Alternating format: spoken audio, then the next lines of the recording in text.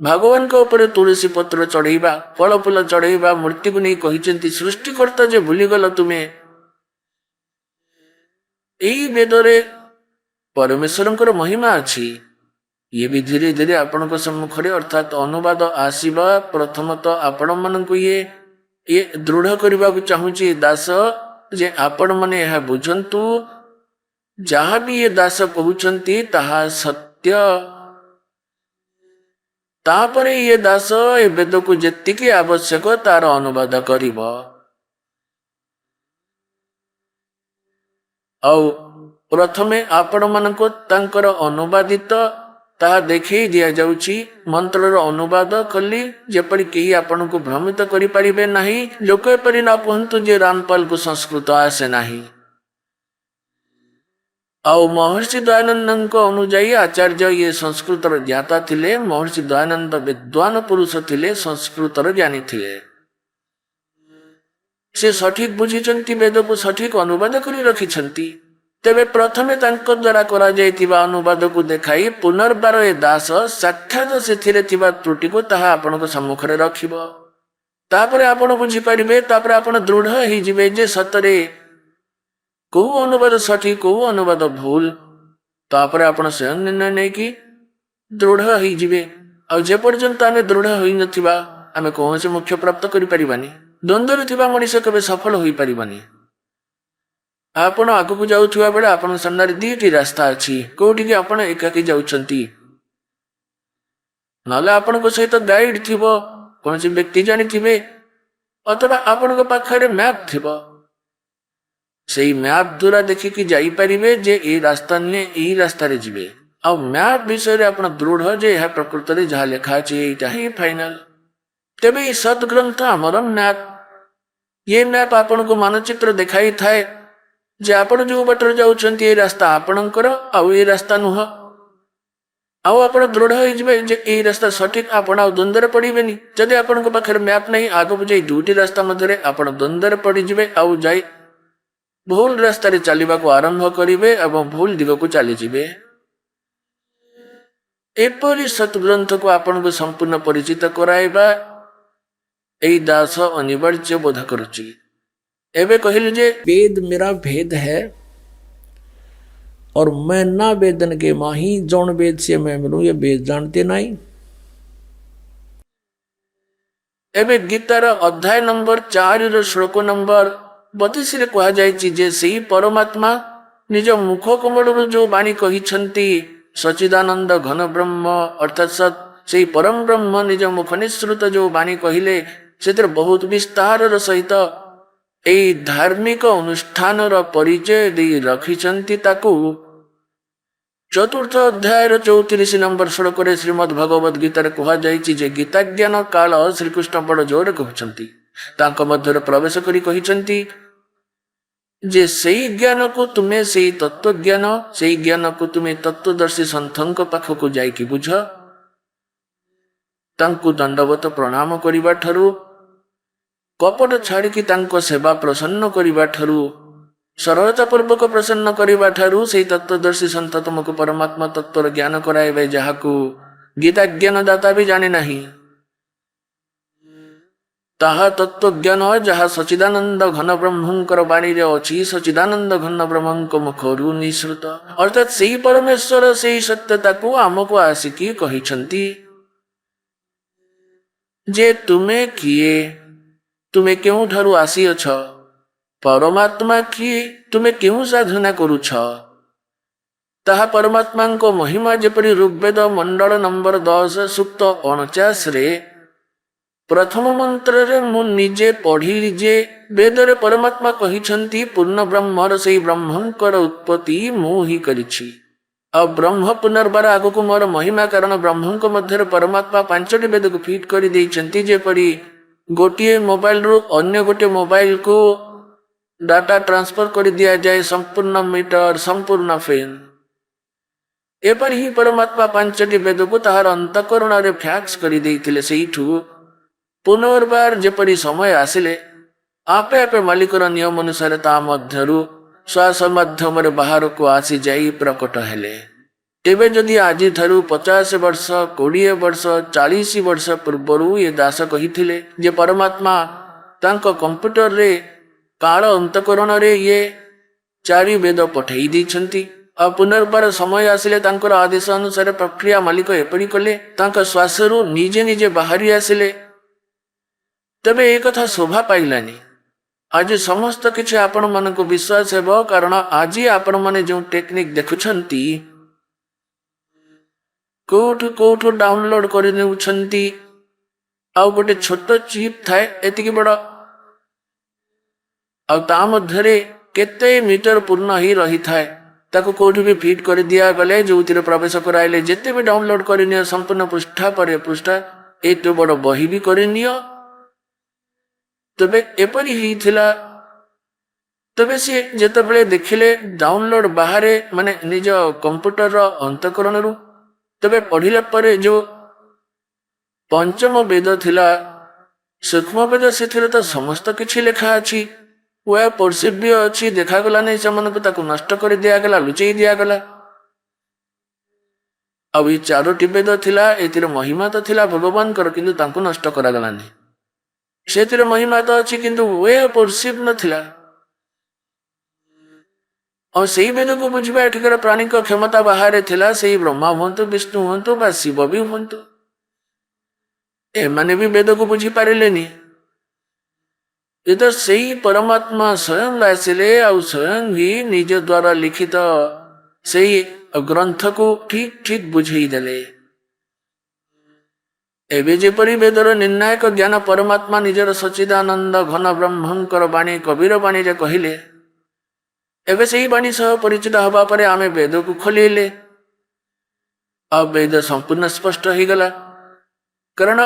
ये आध्यात्मिक ज्ञान ताकू संस्कृत भाषा जानिथिबा लोक भी खोली पारिबो नाही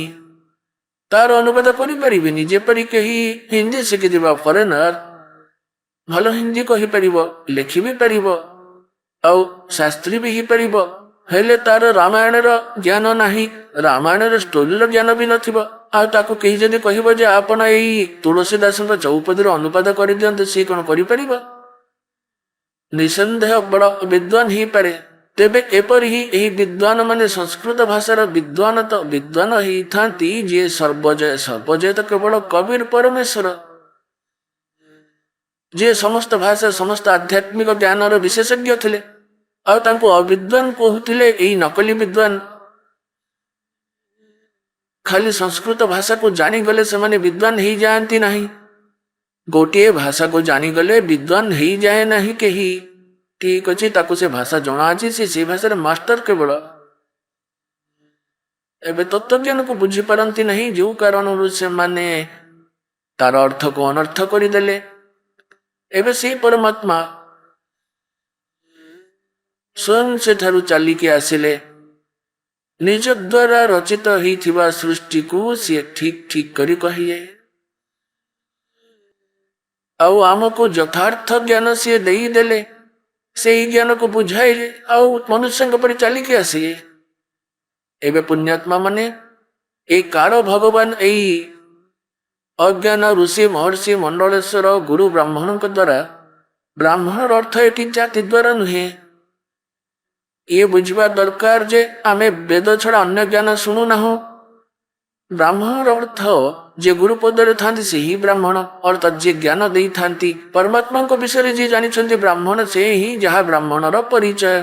तांको ब्राह्मण कह जाए जे भगवान को जानी सारी किंतु से माने जानी नहंती ब्राह्मण कहती केवल तुलसी महर्षि लही निजक ऋषि महर्षि कहती आज तुम महर्षि कहवाक पड़ी थाए किंतु सी महर्षिर योग्य नुहंती तांको ब्राह्मण कहवाक पड़े किंतु से ब्राह्मणर योग्य नुहंती जेपरी मोर गुरुदेव थिले ब्राह्मण जाति हिसाब रे हरियाणा रे ग्राम पैताबास दादरी पार्श्व बड़ पैताबास आउ जिला भवानी से ही बड़ ग्राम पैताबास रहुथिबा ब्राह्मण जाति किंतु से निजे निज को ब्राह्मण कहती नहीं सी सन्थ रामदेवानंद कहते सी सन्थ थिले आ सी मो दादा गुरुजी थिले मोर गुरुजी गुरुजी सी छाबला ग्राम दिल्ली रे नजफगढ़ आग को गुड़गांव आड़ को गले छबला ऑन रोड पड़ी थाए से छबला ग्रामर जाट थिले कृषक ଆଉ ସେ କାଶୀ ବିଦ୍ୟାପୀଠରୁ 4ଟି ବିଷୟରେ ଆଚାର୍ଯ୍ୟ ହେଇଗଲେ। ତାଙ୍କୁ ପଣ୍ଡିତ ଚିଦାନନ୍ଦ କୁହନ୍ତି, ତାଙ୍କୁ ବ୍ରାହ୍ମଣ ମଧ୍ୟ କହୁଥିଲେ। ଏବେ ସେଇ ମୋ ଦାଦା ଗୁରୁଜୀଙ୍କ ଆଶ୍ରମ ତିଆରି ହେଇଛି ଗୋପାଳପୁର ଗ୍ରାମରେ, ଖରଖୋଦାର ପାର୍ଶ୍ୱ ଜିଲ୍ଲା ସୋନିପଥରେ। ତାଙ୍କର ଆଶ୍ରମ ଉପରେ ଲିଖିତ ଅଛି ପଣ୍ଡିତ ଚିଦାନନ୍ଦଜୀ ଆଶ୍ରମ। ଆଉ ମୋ ଗୁରୁଦେବଙ୍କର ଯୋଉଠି ଆଶ୍ରମ ଅଛି ସନ୍ଥ ରାମଦେବାନନ୍ଦଜୀ ଆଶ୍ରମ। ତାହେଲେ ଏଠି ଜାତିରେ ବ୍ରାହ୍ମଣ ନୁହେଁ, କର୍ମରେ ବ୍ରାହ୍ମଣ କୁହାଯାଏ ତାଙ୍କୁ। ତେବେ ଇଏ ନକଲି ଗୁରୁପଦରେ ଥିଲେ, ତାଙ୍କୁ କ ଖର ବି ଜଣା ନଥିଲା, ସେ ନିଜକୁ ଋଷି ମହର୍ଷି ବୋଲି କୁହନ୍ତି। ତ ମାନେ ଏମାନେ ବି ବୁଝିପାରିଲେନି ସେଇ ପରମାତ୍ମାଙ୍କର ଅମର ବାଣୀକୁ। ସେଥିପାଇଁ ପରମେଶ୍ୱର କହିଛନ୍ତି वेद कतेब रूठे नी भाई और रूठे हैं जो समझे नाही। ତେବେ ବେଦରେ ଲେଖା ଅଛି ସେଇ ପରମାତ୍ମା ସ୍ୱୟଂ ନିଜେ ଚାଲିକି ଆସିଲେ। ଏବେ ଯେପରି ସେଇ ଆର୍ଯ୍ୟ ସମାଜର ଗ୍ରୁପ ଅଛି, ସେଥିରେ ଶିକ୍ଷିତ ବର୍ଗ ବହୁତ ଅଛନ୍ତି, ଆଉ କିନ୍ତୁ ସେମାନେ ଅକ୍ଷର ଜ୍ଞାନୀ, ଆଧ୍ୟାତ୍ମିକ ଜ୍ଞାନୀ ନୁହନ୍ତି। ସେ ପାଖରେ ମହର୍ଷି ଦୟାନନ୍ଦକୁ ବି କ ଖର ବି ଜଣା ନଥିଲା ଆଧ୍ୟାତ୍ମିକ ଜ୍ଞାନର। ସେଥିପାଇଁ ସେ କୋର୍ସେସ୍ କଲେ ବେଦକୁ ଅନୁବାଦ କରିବା ପାଇଁ। ଆଉ ତାଙ୍କର ନିଜର ସିଦ୍ଧାନ୍ତ ଥିଲା ଯେ ଭଗବାନ ନିରାକାର। ସେ କୌଣସି ଗୋଟିଏ ଦେଶରେ ରୁହନ୍ତି ନାହିଁ, ଗୋଟିଏ ଦେଶ ଅର୍ଥାତ୍ ସ୍ଥାନରେ କୋଉଠି ବି ରହୁନଥିଲେ, କେବଳ ସର୍ବବ୍ୟାପକ ଯେପରି ବାୟୁ ସେହିପରି ଭଗବାନ। ଆଉ ଏ ମଣିଷମାନେ ନିରାକାରଙ୍କୁ ପରମାତ୍ମାଙ୍କର ଏତେ ବଡ଼ ବଡ଼ ଷ୍ଟ୍ରକ୍ଚର କିପରି ପ୍ରସ୍ତୁତ କରିଦେଲେ? ସେ ସବୁ ଯେମିତି କୌଣସି କହିବାକୁ ଗଲେ ସାକାର କିପରି ପ୍ରସ୍ତୁତ କରିବେ? କିପରି ସାକାର ମନୁଷ୍ୟ ଇଞ୍ଜିନିୟର ଜାହାଜ ପ୍ରସ୍ତୁତ କରିଦେଲେ, ଏରୋପ୍ଲେନ ପ୍ରସ୍ତୁତ କଲେ, ବାୟୁଯାନ ବି ପ୍ରସ୍ତୁତ କରିଦେଲେ, ସମୁଦ୍ରଯାନ ବି ପ୍ରସ୍ତୁତ କଲେ, ଆଉ ସେଥିରେ ବସିକି ଆରାମରେ ବୁଲୁଛନ୍ତି, ବାୟୁଯାନକୁ ସଞ୍ଚାଳନ କରୁଛନ୍ତି। ତେବେ ନିରାକାରଙ୍କୁ ସେଇ ଇଞ୍ଜିନିୟର ମାନେ ପ୍ରସ୍ତୁତ କରି ଦେଖେଇ ଦିଅନ୍ତୁ, ତାହେଲେ ଆମେ ଜାଣିବା ତମେ କରିଦେଲ। ଆଉ ଏପରି ପରମାତ୍ମା ମନୁଷ୍ୟ ସଦୃଶ, ତାଙ୍କର କିନ୍ତୁ ଅସାଧାରଣ ଶକ୍ତି, ତାଙ୍କ ଶକ୍ତିର କୌଣସି ସୀମା ନାହିଁ। ତାଙ୍କ ବଚନ ମାଧ୍ୟମରେ ସବୁ କିଛି ହେଇଯାଏ, ଯେପରି ଆମେ ଦେଖିଥାଉ ଯାଦୁଗର ପରି। ନିଜ ମୁଖରେ ଗୋଟେ ଛୋଟ କାଚ ଗୋଲି ଭଳି, ପୁରା ଏତିକି ଟିକେ କାଚର ତିଆରି ଗୋଲି, ସେଇ ଗୋଲିକୁ ପାଟିରେ ପକେଇ ଦିଏ, ତା ଉପରୁ ବାହାର କରିଦିଏ, କରିକି ଏତେ ବଡ଼ ପଥର ଭଳିଆ ଜିନିଷ, ଏତେ ବଡ଼ ପଥର, ତାପରେ ତାକୁ ତଳକୁ ପକେଇକି ଦେଖେଇ ଦିଏ ପ୍ରକୃତରେ ପଥର। ତାହେଲେ ଜଣେ ଯାଦୁଗର ଯଦି ଏତେ କିଛି କରିପାରୁଛି, ତେବେ ସେଇ ପରମ ଯାଦୁଗର ସିଏ ସର୍ବଶକ୍ତିମାନ, ଗୋଟିଏ ଥରରେ ସବୁ କିଛି କରିଦେବେ। ତେବେ ସେହିପରି ପରମାତ୍ମାଙ୍କର ମହିମାକୁ ଆମକୁ ପରିଚିତ ହେବାକୁ ପଡ଼ିବ। କୁହାଯାଏ ଯେ ପରମାତ୍ମା ଗୋଟିଏ ଶବ୍ଦରେ ସବୁ କହିଦେଲେ। ଧରିତ୍ରୀ ଆକାଶ ଗୋଟିଏ ବଚନ ଦ୍ୱାରା ସବୁ କିଛି ତିଆରି କରିଦେଲେ। ତେବେ ସିଏ ସମର୍ଥ, ସିଏ କିଛି ବି କରିପାରନ୍ତି। ଆଉ ସେଇ ଜ୍ଞାନ ସ୍ୱୟଂ ଆସିକି ଦେଲେ, ଆଉ ସେ ନିରାକାର ବୋଲି କହିଲେ ପରମାତ୍ମାକୁ। ଆଉ ବେଦ କହିଲେ ସାକାର ହଉଛି ନର ଆକାର ମନୁଷ୍ୟ ସଦୃଶ। ଏବେ ପୁଣ୍ୟାତ୍ମା ମାନେ ସେଥିପାଇଁ ପରମାତ୍ମା କୁହନ୍ତି मोती मुक्ता दर्शत नाही, ये जग है सब अंदरे। दिखत के तो नैण चषम, इनका फिरा मोतिया बिंदरे। ଇଏ ଦେଖିବାକୁ ବିଦ୍ୱାନ ପୁରୁଷ ଆଉ ମହର୍ଷି ବୋଲି କୁହନ୍ତି। ତାଙ୍କର ମୋତିଆ ବିନ୍ଦୁ ହେଇଛି, ଯାହାର ମୋତିଆ ବିନ୍ଦୁ ହେଇଥାଏ ଆଖିରେ। ଆଖିରେ ତ ଦେଖାଯାଏ ଯେପରି ବଡ଼ ସୁସ୍ଥ ଆଖି ପରି ସବୁ କିଛି ଦେଖାଯାଉଥିବ, କିନ୍ତୁ ସେ ନିପଟ ଅନ୍ଧ, ଯାହାର ମୋତିଆ ବିନ୍ଦୁ ହେଇଯାଏ ଦୁଇଟି ଆଖିରେ। ପରମାତ୍ମା କୁହନ୍ତି ତୁମକୁ ଏଇ ମହର୍ଷି ପରି ଦେଖାଯାଆନ୍ତି, ଗୁରୁ ବ୍ରାହ୍ମଣ ପରି ଦେଖାଯାଆନ୍ତି। ଇଏ ମଣ୍ଡଳେଶ୍ୱର, ତାଙ୍କର ବି ମୋତିଆ ବିନ୍ଦୁ ହେଇଛି। ତାଙ୍କ ନିଜ ସଦ୍ଗ୍ରନ୍ଥରେ ଲେଖା ହେଇଥିବା ସତ ବି ତାଙ୍କୁ ଜଣା ନାହିଁ, ଆଉ ତାପରେ ନିରାକାର କହୁଛନ୍ତି। ଏବେ ଦେଖେଇ ଦଉଛି ପରମାତ୍ମାଙ୍କର ସବୁ କଥା, ଯାହା ଆପଣ ଜାଣିପାରିବେ। ଋଗ୍ବେଦ ମଣ୍ଡଳ ନମ୍ବର 9, ଋଗ୍ବେଦ ମଣ୍ଡଳ ନମ୍ବର 9 ଏବେ ଦେଖିବା। ଆଉ ସୂକ୍ତ ନମ୍ବର 86, ଭଗବାନ ସାକାର ବା ନିରାକାର ସେ କିପରି ଲୀଳା କରନ୍ତି। ଏହା ଋଗ୍ବେଦ ମଣ୍ଡଳ ନମ୍ବର 9 ଆଉ 10 ରେଖାଟି ଅଛି। ଇଏ ହେଉଛି ସାର୍ବଦେଶିକ ଆୟୁ ପ୍ରତିନିଧି ସଭା, ମହର୍ଷି ଦୟାନନ୍ଦ ରାମଲୀଳା ମୈଦାନ ନଈଦିଲ୍ଲୀରୁ ଇଏ ପ୍ରକାଶିତ। ଆଉ ଇଏ ମୁଦ୍ରକ prince offset printers 1510 Pataudi house Daryaganj ନଈଦିଲ୍ଲୀରୁ ଇଏ ଛପା ହେଇଛି। एबे देखिबार अछि ये होछि ऋग्वेद मंडल नंबर 9 सूक्त 86 मंत्र नंबर 26। एथिरे लेखा अछि जे यज्ञ कला बला जजमानक पई परमात्मा यज्ञ करिबा वाला माने धार्मिक अनुष्ठान साधना करिबा वाला जजमान अर्थात भक्तंक पई परमात्मा समस्त रास्ता को सुगम करी तांको विघ्न को मर्दन करंती आउ तांको पवित्र करी आउ निज रूप को सरल करी से कांतिमय परमात्मा एठी लिखिबार थिला कबीर देव कौन सी भी कवि केबेले भी सर्वजय हो पारिबनी जहांकर समस्त ज्ञान अच्छी कवि कविता प्रस्तुत करि पारे एठी कबीर देव लिखिबार थिला एठी सेही कबीर देव विद्युत समान आकाशर बिजुली समान सेकेंड भीतर तलक आसी जिवे क्रीड़ा करी लीला करी वर्ण्य पुरुष अर्थात भल आत्मा मान को प्राप्त ही थाए भल आत्मा को आसिकी दर्शन दियंती जपरी आदरणीय धर्मदास को मिली आदरणीय नानक साहेब को मिली आदरणीय मुलुकदास साहेब को मिली आदरणीय दादू साहेब को मिली आदरणीय गरीबदास साहेब ग्राम चुड़ानी जिला इज्जर हरियाणा लोगों को मिली आदरणीय घिसादास साहेब को ग्राम खेकड़ा जिला मीरठ ईपी मीरठ लोगों को मिली तेरे भल पुरुष को प्राप्त ही थे सब कौटी था भगवान 27 श्लोक ऋग्वेद मंडल नंबर 9 सूक्त नंबर 86 26 पढ़ी की आम 27 आसी जाइछंती एतरे से जहाँ को निराकार मानुथिले भगवान को आउ वेद कहउचंती से होचंती परमात्मा प्रकाश पुंज परमात्मा को जो परमात्मा धूल करे तृतीय पृष्ठ रे विराजमान अछंती सेठारे रुहंती तृतीय स्थान एक जगार रुहंती धूल करे अर्थात सेही तेजमान लोकर एक स्थान रे तृतीय स्थान रे विराजमान से हेई थांती आउ सेठी ही रही थांती से तबे निराकार किपरि हेले भगवान जतबे सेठी बसचंती ये होची ऋग्वेद मंडल नंबर 9 सूक्त 82 ऋग्वेद मंडल नंबर 9 और सूक्त 82 आउ एठी देखंतु 81 रे समाप्त हैला एठी 82 आरंभ हो जाइछि तार प्रथम मंत्र एथिरे लिखा अछि जे जिए सर्व उपादक प्रभु समस्त को उत्पत्ति करुथिबा परमेश्वर प्रकाश स्वरूप तार अर्थ से तेजमय स्वरूप साकार अटंती सद्गुणर दृष्टि करिबा वाला पाप को हरण करिबा वाला पाप को नाश करिबा वाला पाप को क्षमा करिबा वाला से राजेव राजांक समान राजेव राजांक समान ये आगो को लिखा है ये देखंतु 269 पेज को देखंतु कई भ्रमित करदेव जे अलगा पेज देखई देली 270 देखइबे एबे एई देख 270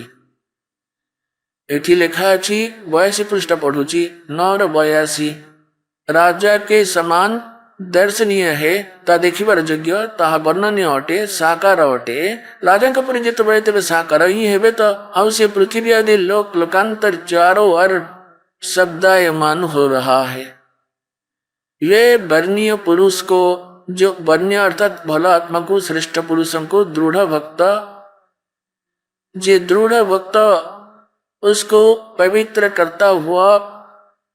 प्राप्त होता है जपरी आदरणीय धर्मदास साहेब कर जहाँ कर दृढ़ भक्ति थिला तांकर तापरे सी विचलित ही नहंती आदरणीय मुलकदास साहेब को आदरणीय दादू साहेब को आदरणीय गरीबदास ग्राम चुड़ानी दिल्ली जंजर हरियाणा वालन को आदरणीय घिसादास साहेब को ग्राम खेकड़ा मीरठ ईपी वालन को से दृढ़ भक्त मैंने आज जाए विचलित ही नहंती दुनिया को हलचल कर रखीदेले से भगवान आसी साक्षात देले उसको पवित्र करता हुआ प्राप्त होता है वन्य पुरुष भल आत्मा को जिस प्रकार विद्युत उद्यमान है आकाश बिजुली स्नेह वाले स्थान को आधार बनाकर प्राप्त होता है देखो कितने स्पष्ट करिसेंती सी ऋग्वेद मंडल नंबर 9 ଆଉ ସୂକ୍ତ ନମ୍ବର 21 ଅଧିକାଂଶ କ୍ଲିୟର କରିଦେଲେ ସେ ଯେ ସେ ପରମାତ୍ମା ରାଜାଙ୍କ ପରି ଦେଖିବା ଯୋଗ୍ୟ ସିଏ। ରାଜାର ଅର୍ଥ ସିଏ ଶକ୍ତିଶାଳୀ ହେଇଥାନ୍ତି, ମନୁଷ୍ୟ ସଦୃଶ ହେଇଥାନ୍ତି। ରାଜାଙ୍କ ସମାନ ଆଉ ସାକାର ଆଉ ଦେଖିବା ଯୋଗ୍ୟ ସେ। ଆଉ ସିଏ ଭଲ ଆତ୍ମାନଙ୍କୁ ସେଠାରୁ ଆସିକି ଦର୍ଶନ ଦେଇଥାନ୍ତି। ଇଏ ଆଉ ଯିଏ ଦୃଢ ଭକ୍ତ ତାଙ୍କୁ ଦର୍ଶନ ଦେଇଥାନ୍ତି, ଅନ୍ୟମାନଙ୍କୁ ନୁହେଁ। ଯେପରି ଆକାଶରୁ ବିଜୁଳି ଖସେ, ତାହା କୌଣସି ବସ୍ତୁ ଉପରେ ପଡ଼ିଥାଏ ଯୋଉଠି ତାର ବିଶେଷ ଆଟ୍ରାକ୍ସନ ହେଇଥାଏ। ପୁରାତନ ସମୟରେ ଯେତେବେଳେ କଂସା ଧାତୁର ବେଲା ଆଉ ଥାଳି ଆଦି ତିଆରି ହଉଥିଲା, ଆଉ ତାକୁ ଯଦି ବର୍ଷା ଦିନରେ କୌଣସି ବାହାର ସ୍ଥାନରେ ରଖି ଦିଆଯାଏ, ତାହେଲେ ଆମର ପୂର୍ବଜ ମା ଜେଜେମା ଆଦି କୁହନ୍ତି ଯେ କଂସାର ବାସନ ମାନଙ୍କ ଉପରେ ବିଜୁଳି ପଡ଼ିଥାଏ। ଯେତେବେଳେ ସଂଯୋଗ ହେଇଥାଏ ଉପରୁ ପଡ଼ିବାର, ତେବେ ସେଠି ଅବଶ୍ୟ ତାକୁ ହିଁ ତୁରନ୍ତ ସେଠିକି ଆସି ଆଟ୍ରାକ୍ଟ ହେଇଥାଏ, ତା ପାଖକୁ ଆକର୍ଷିତ ହୁଏ, ତା ଉପରେ ହିଁ ପଡ଼ିଥାଏ। ତାକୁ ଉଠି ଭିତରେ ହିଁ ରଖିଦିଅନ୍ତି। ତେବେ କହିବାର ଅର୍ଥ ଏଇଆ ଯେ ପରମାତ୍ମା ସେଇ ବିଦ୍ୟୁତ ପରି, ଯେପରି ସିଏ ତାଙ୍କର ବିଶେଷ